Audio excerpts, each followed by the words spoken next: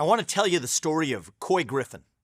He was a democratically elected county commissioner in Otero County in New Mexico. Why am I telling you his story? Because he was elected, but he was removed from office.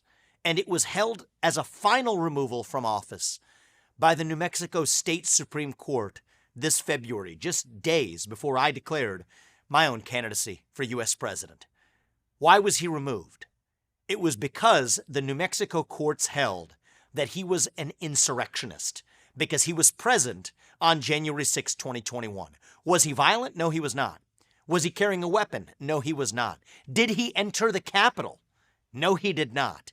But nonetheless, because he was present on the Capitol grounds that day, he was held to be an insurrectionist, even though he wasn't convicted for a felony or anything of the kind. There was a petition against him to remove him from office, and that's exactly what happened. Why do I bring that up? That's now relevant today, as it appears likely that Donald Trump will now be apparently indicted imminently, if the current facts reported today are to be believed, for his role in January 6th. What does that do? This is different from any of the other prior indictments against Trump, and people are missing the importance of this indictment in particular. Not only is this a federal indictment like the last one in the documents case, but more importantly, this one under Section 3 of the 14th Amendment could disqualify President Trump from either running for U.S. president or potentially even being removed as U.S. president if he is elected. I think this sets a dangerous precedent in our country. It's worth understanding the history here. Section 3 of the 14th Amendment to the U.S. Constitution says that anyone who's taken an oath to office, a congressman, a senator, or a president, can be removed from office or disqualified from running for office if they've also engaged in an insurrection against the United States.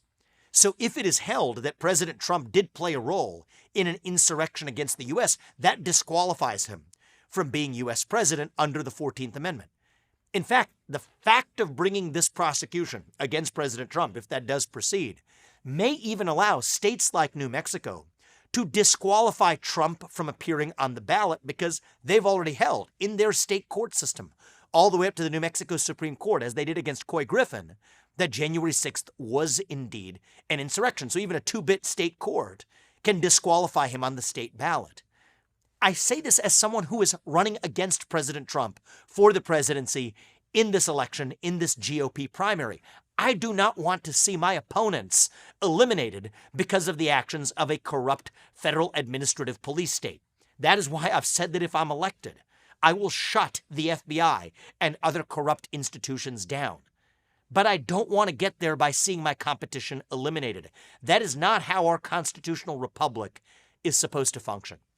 We're not supposed to be a country where the party in power uses police force to indict and eliminate its political opponents. And yet now we're on the cusp of potentially a third indictment, which, unlike the last two, literally under Section 3 of the 14th Amendment, could be invoked to eliminate my competition, President Trump, from holding office, and that is wrong. Yes, politically for me or any of the other candidates in the GOP primary, it would be easier if President Trump were eliminated. For many donors in the Republican primary base, this would be a moment of celebration. I think it is a moment of mourning in this country. And you mark my words as to why. What happened on January 6, 2021, I don't want to see that happen again in this country. But if we go down this road of weaponizing our justice system against disfavored political opponents, then January 6, 2021 will just be a preview of far worse to come. I don't want to see that happen. I don't want to see us march to a national divorce.